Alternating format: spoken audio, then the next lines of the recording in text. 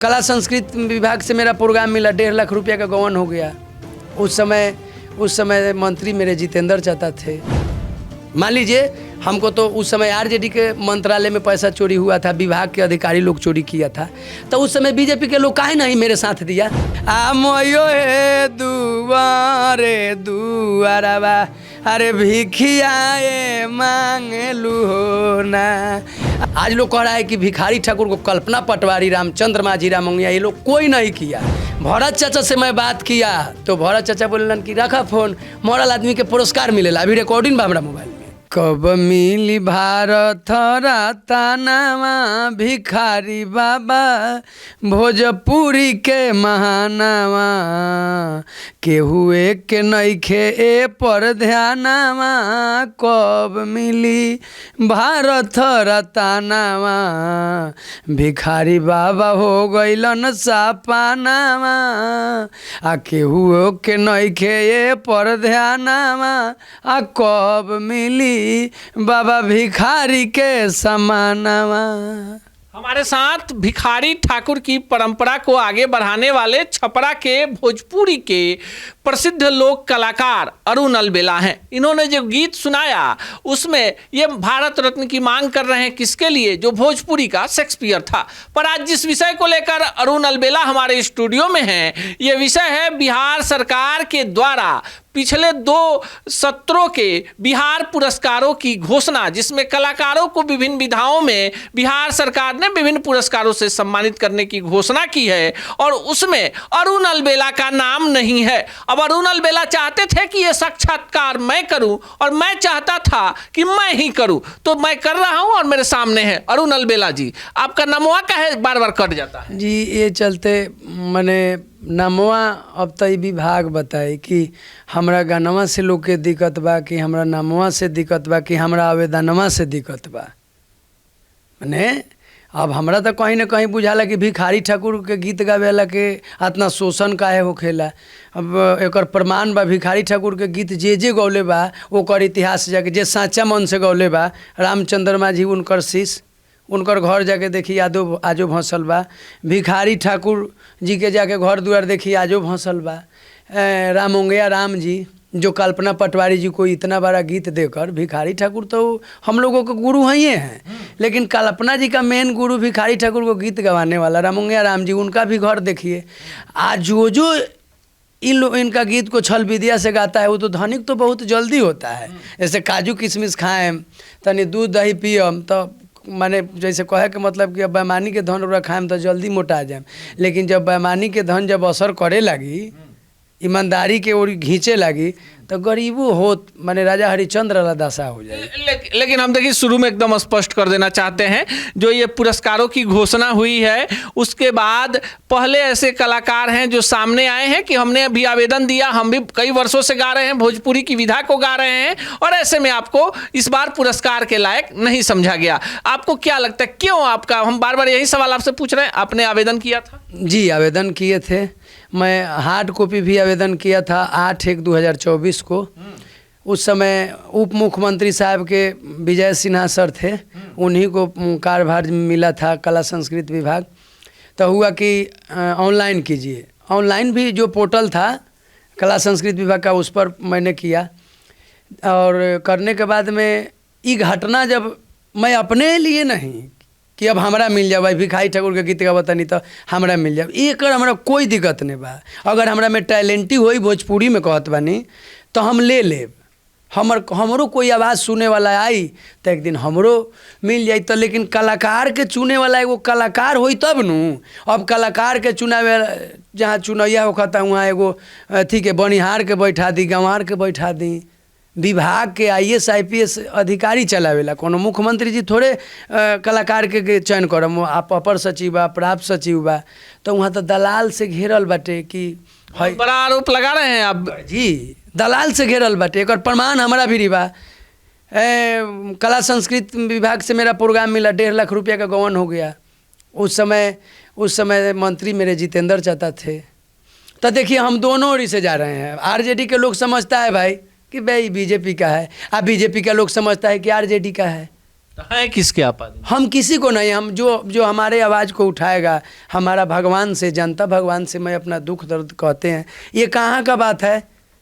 मान लीजिए एक समय में आप देखे होंगे कोई रूबी नाम की एक बच्ची थी, मैट्रिक में बिहार इंटर में शायद जिला लेवल टॉपर, बिहार लेवल टॉपर किया था, और उसको मैथ को बारे में पूछा गया तो नहीं बताया। वही हुआ है। मैं सीनियर पुरस्कारों में मैं कोई ये नहीं बोल रहा हूँ गुरजन बुर्जन को, जैसे भरत चाचा हुए आदरणीय हैं, कल्पना दीदी हैं, चलिए बाहर के बेटी को मिल गया तो हमारे लिए तो गर्व की बात है। कल्पना जी को मिला है तो उसका आप समर्थन? हाँ, हमको उसमें कोई दिक्कत नहीं है, क्योंकि वो लाइफ टाइम पुरस्कार उनको मिला। अभी मेरा वो जब उम्र में हो जाएगा तो उसको भी मैं लड़ाई। दिक्कत किससे? जब कल्पना से आपको दिक्कत नहीं है, बाकी जो कलाकारों को मिला उससे भी दिक्कत नहीं है, अरुण अलबेला नहीं है इसलिए दिक्कत है? नहीं, हमको दिक्कत इस चीज़ से है कि मैं युवा कला पुरस्कार के लिए मैंने आवेदन किया, एक बार नहीं 2 बार किया हूँ। हमारा आवेदन में कोनो गोहिरा में नहीं ना बिका गया होगा, न्यू सचिवालय में, कलेक्टर संस्कृत भवन में होगा, जहाँ भी होगा। तो ये लोग एक बार परीक्षा ले लिया जाए कि मैं उस लायक अगर नहीं हूँगा तो हम सरकार से भी मांग करते हैं कि अगर उस पुरस्कार के लायक अगर हम ना हो, हम वो पुरस्कार के लायक, तब हमारा नाम में मैंने आजीवन हम कला संस्कृत विभाग में प्रोग्राम ना करम, हमरा के ब्लैक लिस्टेड कर दी। बहुत बड़ी बात बोल रहे हैं। आजीवन। जो भिखारी ठाकुर को पुरस्कार मिला है, विंध्यवासिनी देवी के युवा पुरस्कार जो मिला है गायनों का भोजपुरी विरासत के लिए, उन लोगों को तनी गोबर घिचोड़, बेटी भेचवा, गंगा स्नान, विदेशिया, उन लोग से पूछे ना, ननद भौजाई, भाई विरोध, उसमें से सब में से भिखारी ठाकुर के लिए उठाया है भाई तो पुरस्कार, तो सब में से एगो मुखरांतरा सुना देवे हमको। और ये बात, एक और बात बुरा लगता है कि जितना लोग के ऊंच पुरस्कार मिलल बा, जैसे मान ली कि भिखारी ठाकुर के गीत हम गावतनी, आप मीडिया बानी, तो औरों से हम करब प्रार्थना करम कि इतना लोग के मिलक ह।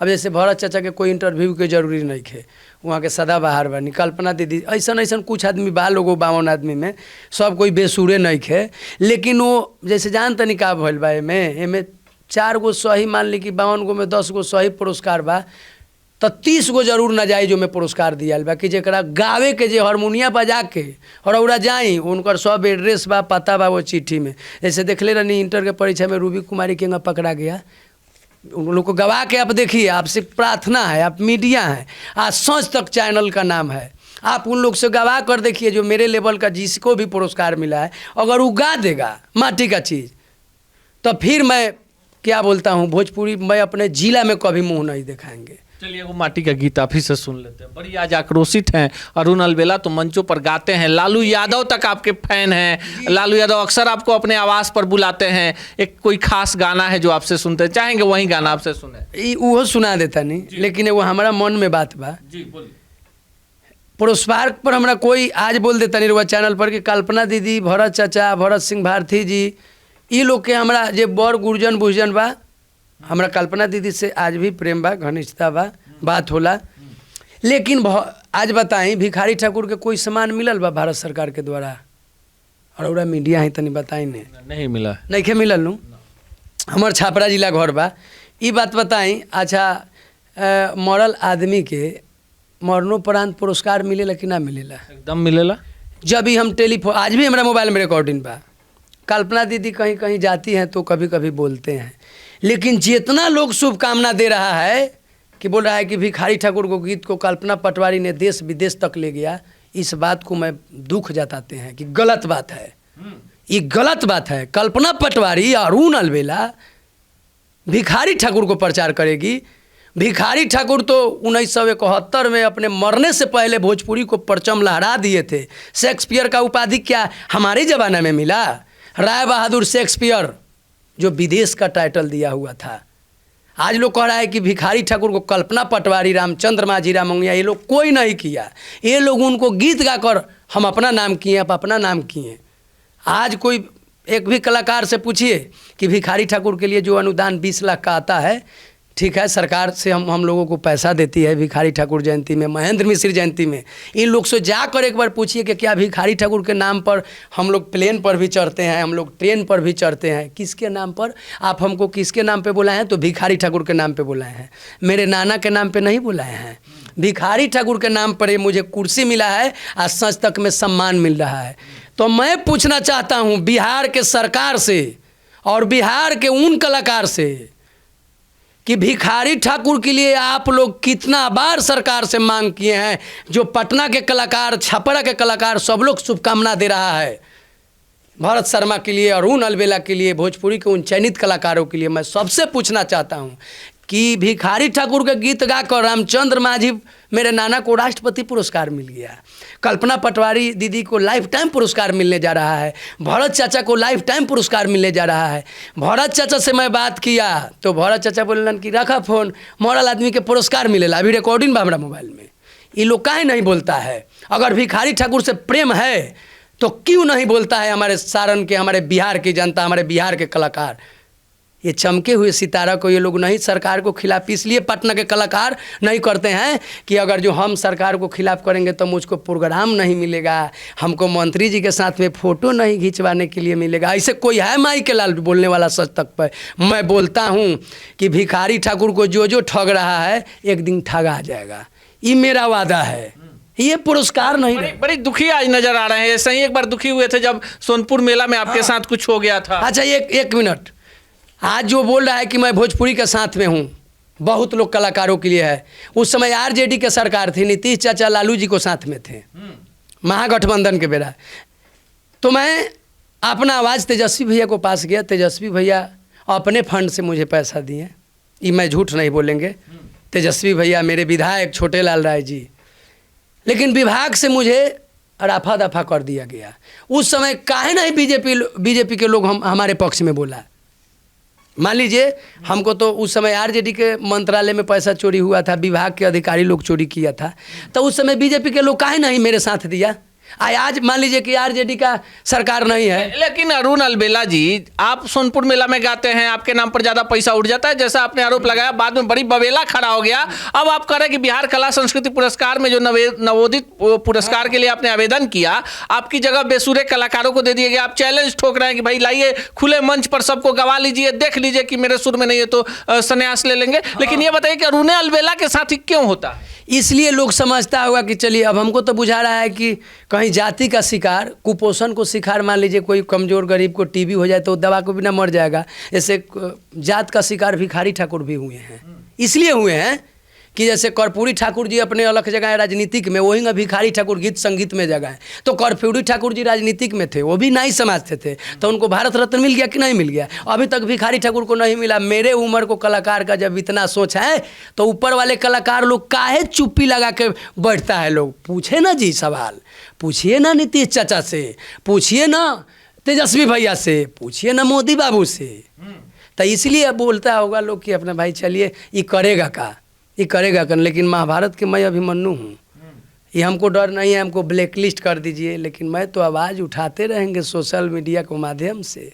हाँ, उस दिन तक प्रोग्राम मिले न मिले, सोनपुर मेला में भी मेरा प्रोग्राम नहीं मिला, ताकि नीतीश कुमार जी का आदेश है कि क्षेत्रीय कलाकारों को मुख्य रूप से जोड़ा जाए। पखाउज वाला, मैं पखाउज पर देवी गीत गाते हैं, पखाउज पर क्लासिकल बजता है बड़े बड़े गुरुजन बुजुर्गन के पास, मैं उस पर विरासत गीत गाते हैं। कोई गाया है? गीत बात सुना दीजिए। बड़ी आज मूड में आप हैं, बड़ी दुखी हैं अंदर से, लेकिन हम चाहेंगे गीत सुना दीजिए। नहीं, दुखी नहीं हूँ, गीत भी सुनाएंगे।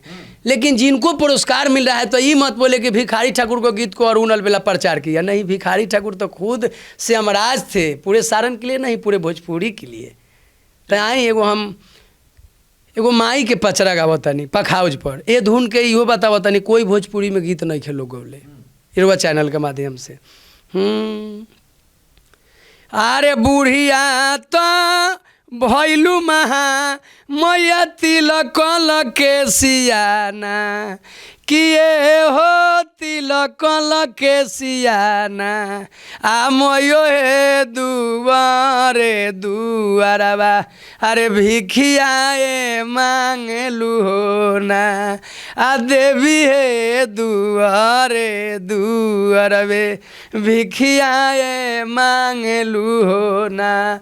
तो फटही माई का करतारी की चिन्हे खातिर की के हमरा के चिन्हता, ये अपना कैसेट में गौले बानी रंग म्यूजिक से, अरुण अलबेला के चैनल से, कि फटही लुगरिया महा ए मोया टूटही छितनियाना, किए हो टूटही छितनियाना आ मोयो हे केहू ना चिन्हले आ मोया जगतार न बारू हो ना आ देवी हे केहू ना चिन्हले आ मोया जगतार न बारू हो ना तो गाँव के पश्चिमा महा ए मोया हीरा मल भागाता बाना किया हो सहबीर भागाता बाना किया हो मोया रहसु भागाता बाना आ मोयो हे उहे तो चिन्हले आ मोया जगतार न बारू हो ना।